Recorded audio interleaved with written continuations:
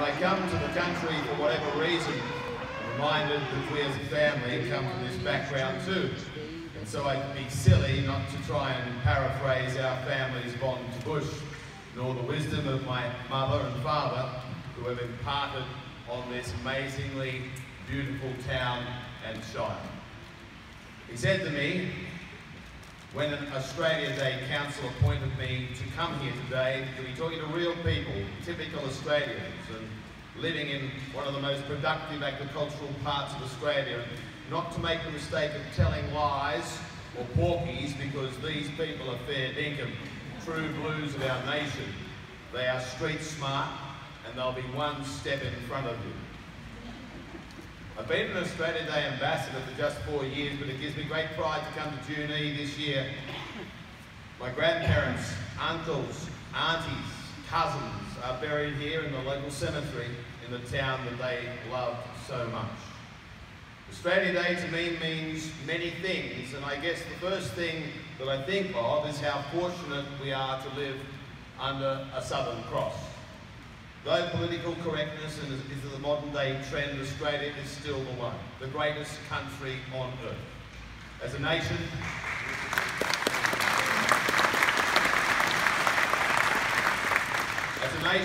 we are known as the land down under, which kind of contradicts the lifestyle that we have come to enjoy. Many towns throughout Australia have their trademarks.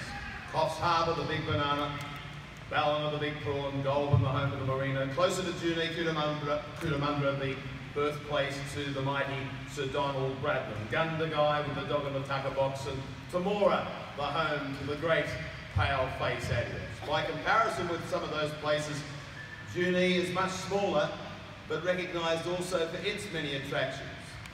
The largest grain terminal in the Southern Hemisphere. At one time, the roundhouse was also the biggest in the Southern Hemisphere as well, and it was the railway and the agriculture that made Junee what it is today. Monte Cristo, is it really haunted? The prison, the licorice factory have joined the list, along with the great Laurie Dale. Superstar footballer, even better human. Now that's a rap, and as rare as hen's teeth for what it's worth. Bernie Fraser, the former boss of the Reserve Bank of Australia, and I guess my dad is in there somewhere as well. Talking of towns and their trademarks, it's still significant that as the steam locomotive was phased out, Junee needed to be stronger than ever before. The roundhouse and the railway overall employed a massive percentage of the town's workers, as you know. Many of these people and their families were left to wonder about their future. They could have easily packed up and said goodbye, but not Junee. This was the time when we needed to be resilient like never before, and they fought back. And they found new forms of employment, the prison just being one. So with all the words one chooses to describe Junee, surely resilience must be behind the rankings or the batting order. I mentioned how we are lucky to live in this country, a land known as Wiradjuri territory. And so it was before the discovery of gold in places like Junee Reefs, Waziyal and Urungilly. But then came European settlement and change. Junee, as was mentioned, was actually called Loftus, as you know. The word Junee, Neil has already stolen part of my speech, which means speak to me.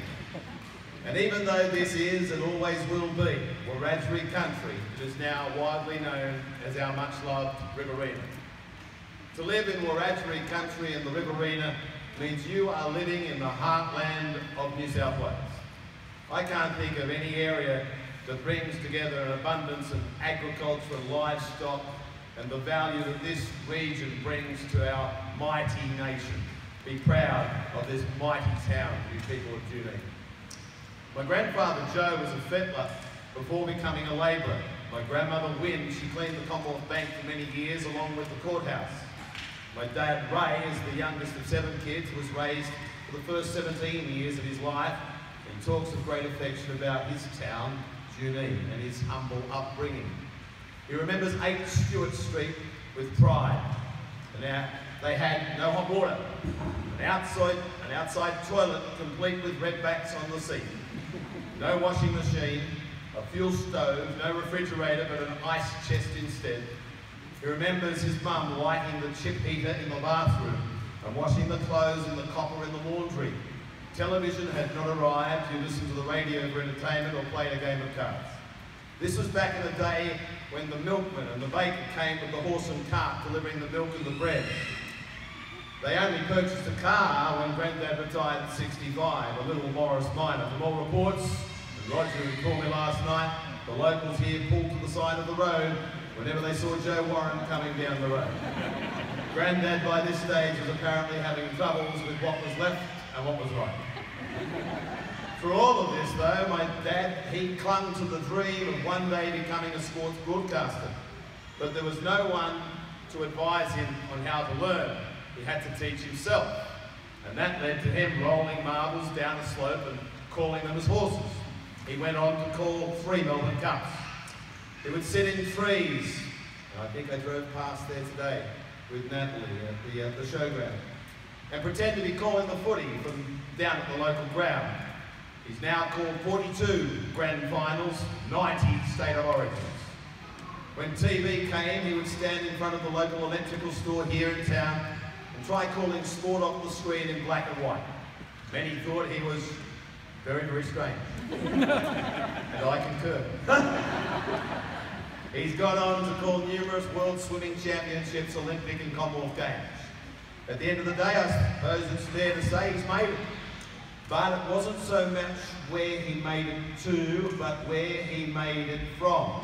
He was just a little kid from the country who had a huge desire to become a sports broadcaster, and he did it. His story sort of proves that no matter where you come, whether it be Junee or wherever, given the motivation, the desire, the willingness to have a go, a touch of luck, a slice of natural ability, you can make it in this great country in which we live. And that, my friend, is one of the reasons that we celebrate today as we do. In Australia, we're encouraged to dream. Dad is perhaps living proof of that. I didn't need to read about him, I lived with him, a colourful experience. But living proof, still the one at a tender age of 75. Idol, hero, father, my best mate. He hit some hurdles along the way, as most families do. And so a kid from Junee had a dream. Australia is where he was best placed to realise that dream. Ray Rab's dad. His statue now near the railway tracks, which I see the pigeons have taken great affection. And a reminder that he came from a little country town and he made it. You see, the key message is you can't do that in many parts of the world where I've been fortunate enough to travel. But you can in Australia if you want it badly enough. That's my message to the kids here today. Australia Day, in closing, is so important because it's about the celebration of a great country, the people, the lifestyle, the opportunities. Australia Day, no matter when you celebrate it, will and always should be exactly that. A day to give thanks that this is our country, no matter what your colour or creed. Some would have you believe that it should be a day of sadness. Well, I think we already have too many of those days in our memories. There are already too many negatives in our lives. And so, let's celebrate and continue to say loudly and proudly, Advance Australia Fair. God bless you all. Thank you. I'm humbled.